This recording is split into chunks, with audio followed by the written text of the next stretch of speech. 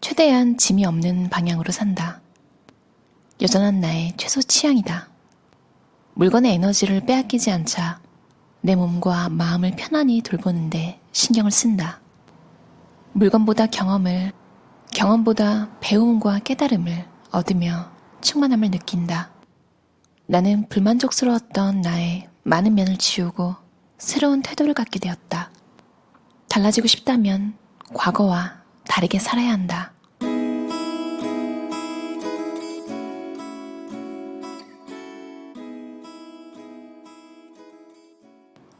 잘 먹고 잘 자기, 그리고 미루지 않는 정리정돈과 청소로 개운한 집에서 살기. 내게 필요한 살림만 남기고 집이 갖는 최고의 기능인 안식, 쉼에 집중하기에 흔들림 없이 지속할 수 있다. 어디에서 어떤 방식으로 살든 꼭 지키고 싶은 두 가지가 있다. 좋은 식사와 편안한 잠자리. 이 두 가지만 제대로 충족된다면 살아가는데 별다른 불만이 없을 상당히 단순하고 동물적인 욕구다. 매일 새로 태어나는 기분은 쾌면의 선물이다. 잘 고른 베개 하나가 나를 늘 편안한 잠자리로 이끈다. 그러고 보면 베개부터 시작해 침실에 가장 많은 신경을 쓰고 있다. 어느 것 하나 비싼 가구나 가전이 없는 집에서 그나마 가장 값을 치르고 산 매트리스는 여행지에서 형편없는 매트리스를 만나면 눈물이 날 만큼 그리운 소중한 물건. 잘 자는데 필요한 물건을 사는 돈은 건강을 위한 가장 좋은 투자고, 규칙적으로 세탁하는 깨끗한 침구에 체력과 부지런함을 할애한다. 결국 스타일만 남았다. 한마디로 내가 가진 옷에 대한 태도는 좋은 옷. 우선 품질이 좋아야 하며, 그렇지 않더라도 손이 자주 가는 옷. 스스로 옷장을 채운 다음 수명이 닿을 때까지 입는 것이다. 세월이 흐를수록 보기에 예쁜 옷보다 몸이 편안한 옷. 그래서 마음마저 편해지는 옷과 친해진다. 옷장을 비우고 정리했다. 팔았고 나눴고 버렸다. 버림은 동네 헌옷수거함에서 이루어졌다. 오래 입기는 적절한 양의 옷만 남긴 내게 찾아온 과제 같았다. 물론 특정 패스트패션 브랜드가 문제라는 건 아니다.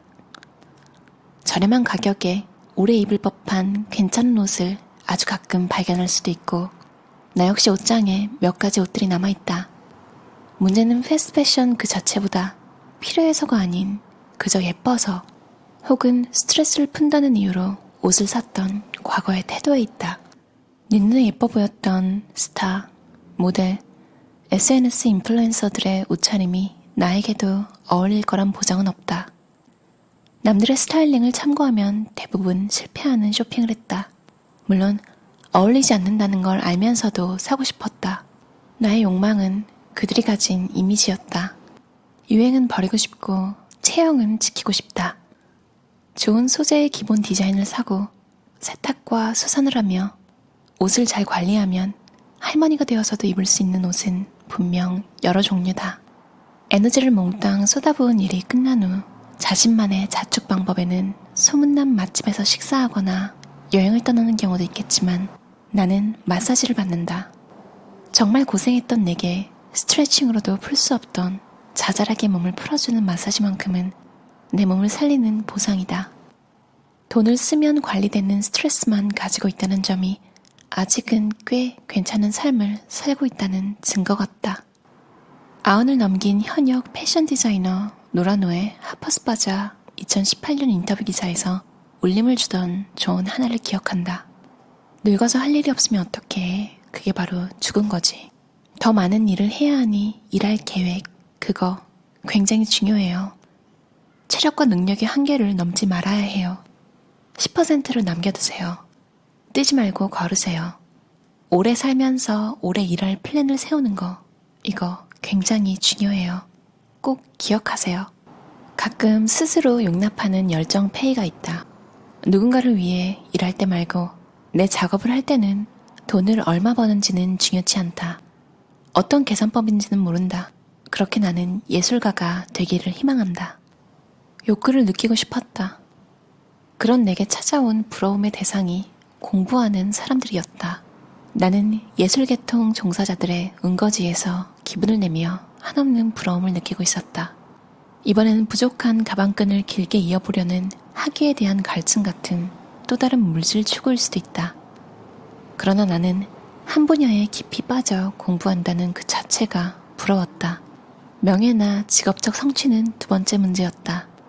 지금 내가 타인을 향해 갖는 부러움은 콤플렉스, 열등감의 종류가 아니다. 아무런 갈망이 없어 어떤 발전도 없이 멈춰있던 내가 해보고 싶어 란 버튼을 누른 계기다. 내가 부러워하는 대상은 달리 말해 내가 가고 싶은 방향이다. 그저 부러움에서 멈출 때 열등감이 생기는 거고 그 방향을 향해 움직이면 부러움이 사라진다. 누군가 별로 고생하지 않고 해낸 듯 보이는 모든 업적을 직접 부딪혀보면 각고의 노력 끝에 얻은 결과물임을 알게 되고 그 입장을 작게나마 이해할 수 있다. 집에서 혼자 잘 논다. 나만 신경 쓰면 되는 편안함이 좋다. 가끔은 혼자 있으면 무섭지 않은지 외롭거나 심심하지 않은지 걱정하는 마음을 넌지시 비추는 사람들이 있다. 그렇게 신경 써주는 사람들이 있는데 내가 정말 혼자일 리가. 물론 끔찍한 뉴스를 보고 이유 없이 겁이 나는 밤에는 문단속을 철저히 하고 누군가 그리워지면 그 사람에게 연락한다. 집에서 노는 게 지루해지면 밖으로 나간다. 그렇게 균형을 맞추며 산다. 맞아요. 혼자 있으면서 외로움을 느끼지 않는 분들의 특징은 외로우면 다른 사람들한테 연락을 할 용기가 있는 사람들이 많더라고요. 그러니까 본인이 필요할 때 나는 연락해서 만날 수 있다 라는 마음이 있으면, 그런 믿음이 있으면 내가 선택한 자발적 고독이 되는 거잖아요. 세상 모든 일이 좀 그런 것 같아요. 억지로 하거나 내가 원하지 않아서 했다는 느낌이 들 때는 이게 조금 지옥이 되는 경향이 있는 것 같아요. 저는 남 기분을 모르니까 되게 그런 거에 대해 자신감이 없었던 것 같아요. 지금도 사실 그런데요. 어떤 쪽이냐면 나를 만나서 이 사람이 즐거울까? 이 사람이 나랑 시간을 보내고 싶을까? 괜히 내가 만나자고 해서 이 사람의 시간을 낭비하는 거 아닐까? 그래서 그냥 주로 누가 만나자고 하면 만났거든요. 근데 누가 만나자고 할 때 이게 또 웃긴 게 뭐냐면 거절을 잘 못해요. 왜냐면 이게 수동적으로 제가 내버려둔 부분이잖아요. 삶에서 누군가를 만날 때 사람들이 언제 연락 와서 저를 만나자고 할지 알 수 있겠어요. 모르잖아요. 그렇게 되니까 누가 만나자고 하면 거절을 못하는 거예요. 솔직히 지금 별로 나가고 싶지 않은데도. 근데 제가 생각을 조금 바꿨어요. 조금 주체적으로 살자. 내가 만나고 싶은 사람이 있으면 그 사람이 어떤 생각을 할지도 모르는데 내가 지레짐작해서 나랑 만나는 시간이 아까울 거라고 생각하지 말자. 내가 만나고 싶으면 연락하자. 하지만 또 여기서 오류가 있을 수도 있어요. 만나고 싶지도 않은데 인간관계 관리 뭐 이런 답시고 쓸데없이 연락해서 만나면 그건 또 그거대로 문제가 될 것 같아서, 누군가 만나고 싶어서 내가 시간과 돈을 쓸 의향이 있다면 제가 밥을 사주던 뭐 커피를 사주던 그만큼 만나고 싶은 사람이라는 거는 돈과 시간을 쓸 의향이 있는 증인 것 같아요. 괜히 여러분도 누군가한테 불려나가서 기분 나쁘셨던 적 있잖아요. 그럴 때 보면 어떤 느낌이 들었냐면 보통 얘는 나랑 만나고 싶은 게 아니라 그냥 아무나 자기랑 같이 있어줄 사람. 이게 항상 나쁜 건 아니고 가끔 그렇게 상대방도 그런 같은 마음일 때는 괜찮은데 되게 사람을 신중하게 만나는 분들이 있잖아요. 저도 그런 편이었고요. 그래서 내가 필요한가? 얘가 지금 나에게 위로가 필요한 상황인가? 아니면 내가 보고 싶었나? 이렇게 해서 나갔더니 정말 시간 낭비만 하고 온 기분 들 때도 있는 것 같아요. 사실 근데 여기서 제일 중요한 건 제가 별로 안 내켰을 때 안 나갔으면 실망도 하지 않았을 거고, 그런 느낌 후에 받는, 그런 느낌 후에 찾아오는 고독감 같은 것도 느끼지 않았을 것 같은 거예요. 제가 그래서 마음가짐을 바꾸고 내가 사람을 만나고 싶을 때 만나는 걸로 바꾸고 나니까 좋은 점이 뭐냐면요, 만나서 뭔 일을 해도 실망스럽지가 않아요. 얘가 심지어 나를 별로 안 보고 싶어하는 느낌이 들어도 아무렇지 않아요. 왜냐면 내가 보고 싶었으니까. 간단하죠. 내가 좋다. 나를 좋아한다. 그래서 나를 좋아하는 사람이 내가 좋아하는 사람이다.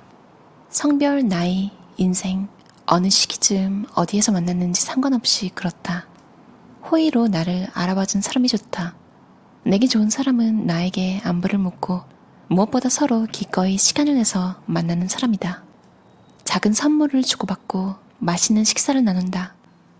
날 것의 속사정을 캐내려 하지 않고 어두운 감정의 민낯을 드러내지 않으려 애쓴다. 좋은 모습만 보이려 한다. 가식적인 관계가 되지 않느냐고? 글쎄, 어쩌다 바닥을 봐버린 사람은 결국 서로 불편해졌던 기억. 약점을 공유하는 게 사람과의 거리를 가깝게 만드는 일일까? 나는 모르겠다. 어릴 때와 달리 모든 걸 터놓고 지내는 건 부담스럽다. 이 챕터가요, 내가 좋아하는 사람이라는 챕터인데 너무 공감 가서 읽으면서 너무 힐링이 됐어요. 살다 보면 새로운 사람들을 만나야 하는 경우가 많잖아요. 특히나 지역을 계속 이동하시던 분들이나 뭐 학교 때문에 딴 지역을 갈 수도 있고요.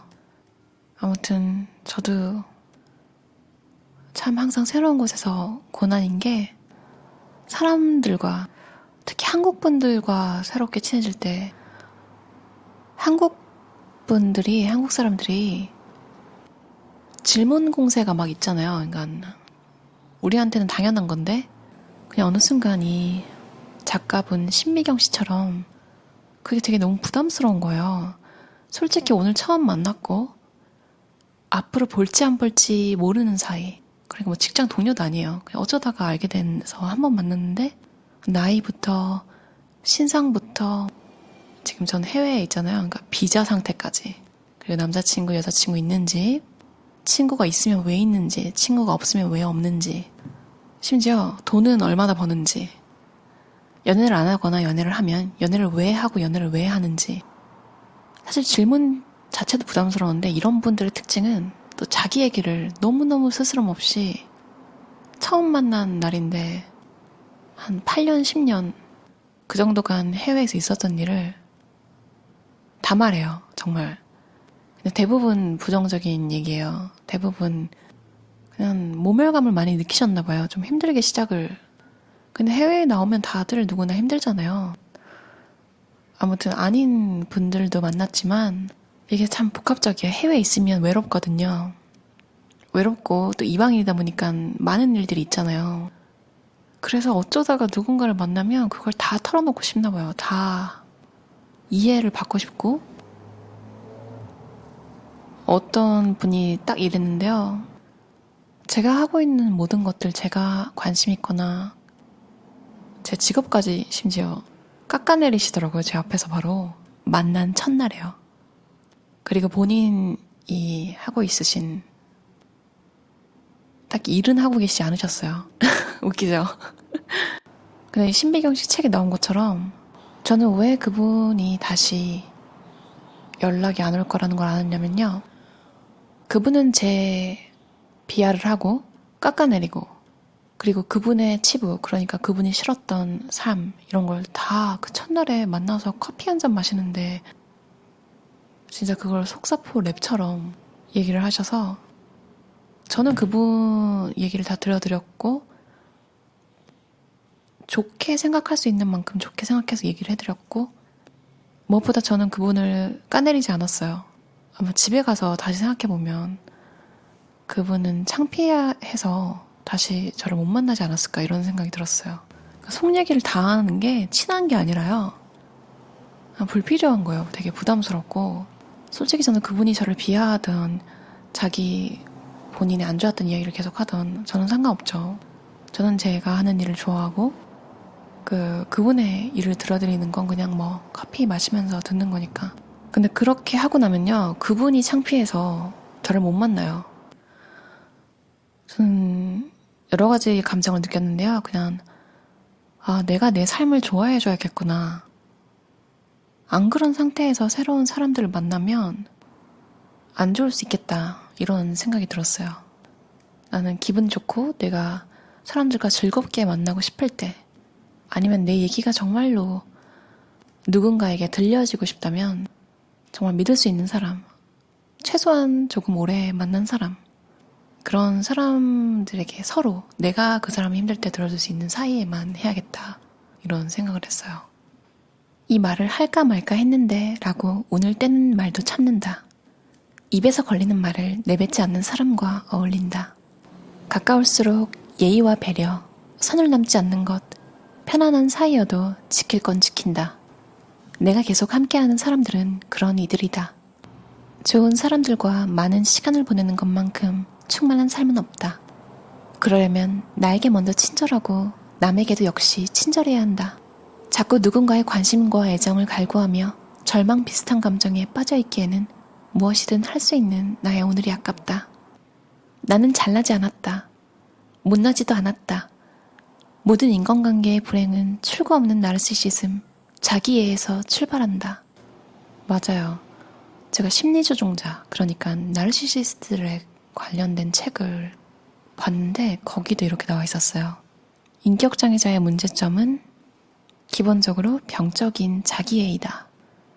맞아요. 항상 트러블이 생겼던 사람들은 그러니까 본인이 너무 중요한 거예요.